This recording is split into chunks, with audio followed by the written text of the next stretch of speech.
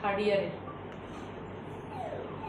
আমাদের মেয়ের নৃশংসভাবে গণধর্ষণ এবং নৃশংসভাবে তাকে হত্যা করা হয়েছে।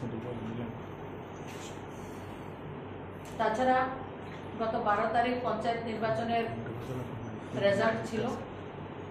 আশিস পাল নামের আমাদের সুনামুড়া মন্ডলের কার্যকর্তাকে তার মাথাকে কুপিয়ে চৌচির করে দেওয়া হয়েছিল। সে 12 তারিখ থেকে মৃত্যুর সঙ্গে পাঞ্জা লড়ছিলেন। আজকে আমরা বলেছেন গতকাল রাত্রেও ওনার স্বর্গবাস হয়েছে। এবং আজকে আমার রাজ্যের শান্তিপ্রিয় বুদ্ধি শুভবুদ্ধি যারা নাগরিকরা রয়েছেন, যে কোনো দলের হোক, সবার কাছে আমি সংকল্প করছি আশিস পালের যারা দুষ্কৃতী তাদের শেষ পর্যন্ত আমি ব্যক্তিগতভাবে প্রতিবাদ সেখানে দেব, আমি সংকল্প নিচ্ছি। এবং পশ্চিমবাংলা মাননীয় প্রাক্তন কেন্দ্রীয় প্রতিমন্ত্রী, ভারতীয় জনতা পার্টির বরিষ্ঠ নেতৃত্ব, কোর কমিটির সম্মানীয় সদস্যা শ্রীমতী প্রতিমা ভৌমিক মহোদয়া এবং মিডিয়া ইনচার্জ সুনীত সরকার মহোদয়, শুরুতেই আমরা অত্যন্ত দুঃখের সঙ্গে জানাচ্ছি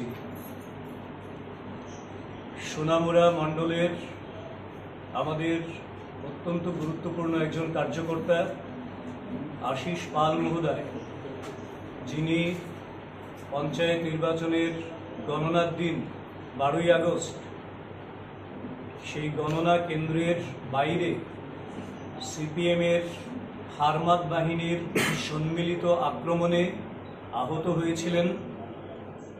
রড থেকে শুরু করে তীব্রভাবে ওনাকে একের পর এক আঘাত করা হয়েছিল। রক্তাক্ত অবস্থায় উনি জিবি হাসপাতালে চিকিৎসাধীন ছিলেন। গতকাল রাত 3টায় আনুমানিক তার প্রয়াণ ঘটেছে। আমরা ভারতীয় জনতা পার্টি ত্রিপুরা প্রদেশের পক্ষ থেকে তার পরিবারবর্গকে সমবেদনা জ্ঞাপন করছি, তার বিদেহী আত্মার শান্তি কামনা করছি। সেই সঙ্গে এই ঘটনার সঙ্গে যে সমস্ত হারমাদ বাহিনী যারা বিগত 25 বছর টানা শাসন যখন তাদের ছিল, গোটা রাজ্যকে অশান্ত করেছে, রক্তাক্ত করেছে, সেই হারমাদ যারা এই ঘটনার সঙ্গে যুক্ত, প্রত্যেকের সর্বোচ্চ শাস্তির দাবি আমরা করছি। আপনারা অবগত আছেন